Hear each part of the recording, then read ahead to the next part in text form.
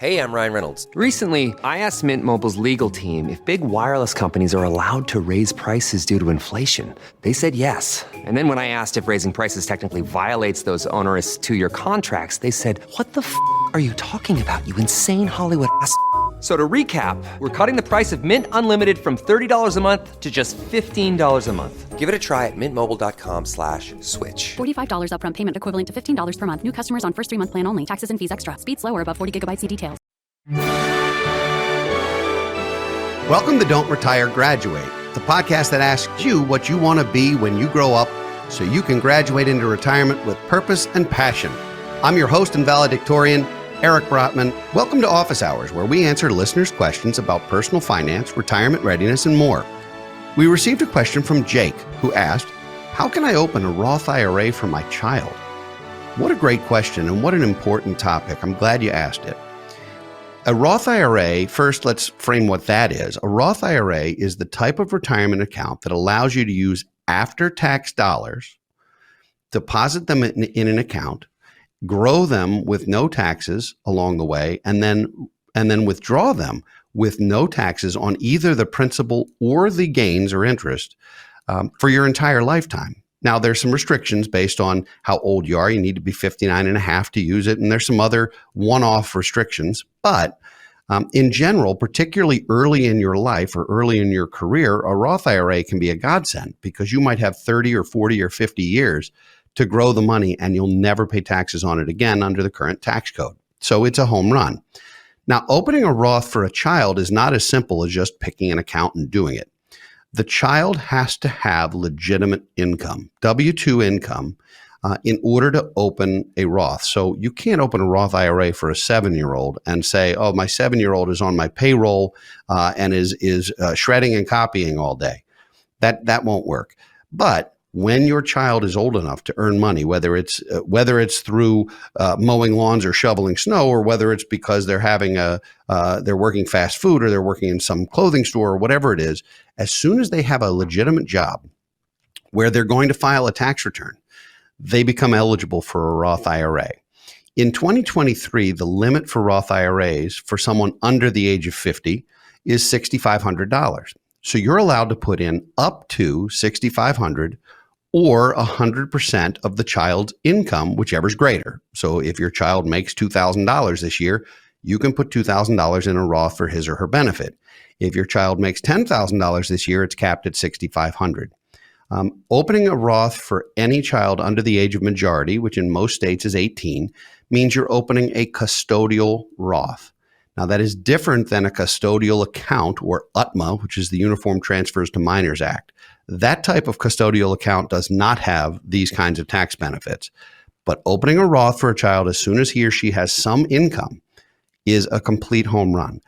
So I would absolutely tell you to do that. Some custodians won't do custodial Roths and others will. So you need to check with your financial advisor or your bank or your institution where you do your investing and find out whether they will open that type of account. And then once your child reaches the age of majority, they'll take that account over.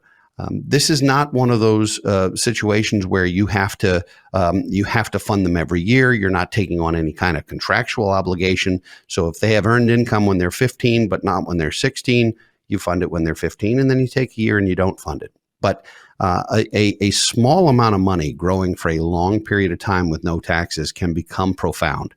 And so I would absolutely say it is worth doing. Now, if you do own a business and you're putting your child on the payroll, make sure it's legitimate, because you don't want to subject yourself to audit. You don't want your kid to start with an IRS blemish on their record, and you want to make sure that you're above board. But assuming that that's the case, you're fine. Now, there's one other caveat that came out of Secure Act 2.0 as of January 1 of this year, 2023. And that is that if you've owned a 529 college savings plan for your child and you've had the account open for at least 10 years, and there's money left over after it's used for education, or maybe it's not used for education because of a scholarship or a different life plan, up to $35,000 of that 529 can be moved into Roth IRAs for that child's benefit, but only based on their earned income and the annual limits. So let's say you have a 529 plan, you've saved $80,000 for school, and your child goes to community college and you use some of the money, but you're left with $40,000 at the end of the day. 35 of that can be used to fund a Roth in conjunction with their earnings. And that can be a really terrific way to not sort of feel stuck that you have money that's sitting in a college plan that's not getting used. And of course, we've done shows and had guests to talk about 529s. And so I don't want to get into the weeds on that type of account. But because of Secure Act 2.0, it now lends itself toward extra flexibility. And that means funding Roths for your kids. Another thing you might want to consider, Jake, is if your son or daughter is 20 or 22 or even 25, whatever, and is earning money and they're contributing to some of their own financial well-being, their own investing, as long as they're not over the limit for Roth IRA contributions, you can still essentially gift them money and make contributions on their behalf to a Roth IRA as long as they're eligible to do so.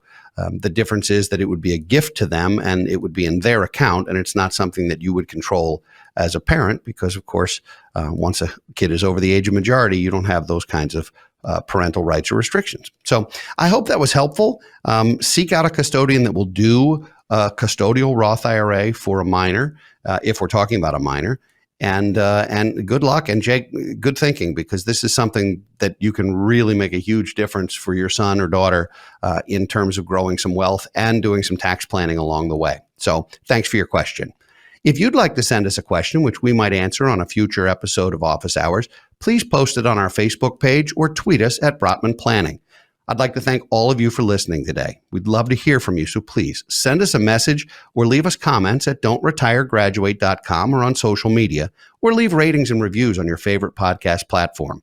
Thanks for coming to Office Hours. Be sure to tune in to new content every Thursday. For now, this is your host, Eric Brotman, reminding you, don't retire, graduate.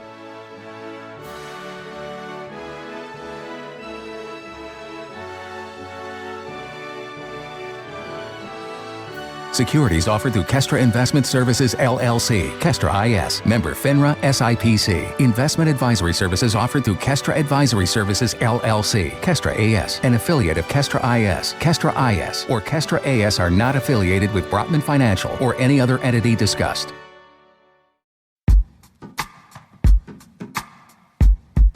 The Jim Stroud Podcast explores the discoveries and trends forming the future of our lives. Brain-to-brain communication, robot bosses, microchip implants for workers, and artificial intelligence replacing human workers are all happening now. If you want to know what's happening next, subscribe now to the Jim Stroud Podcast.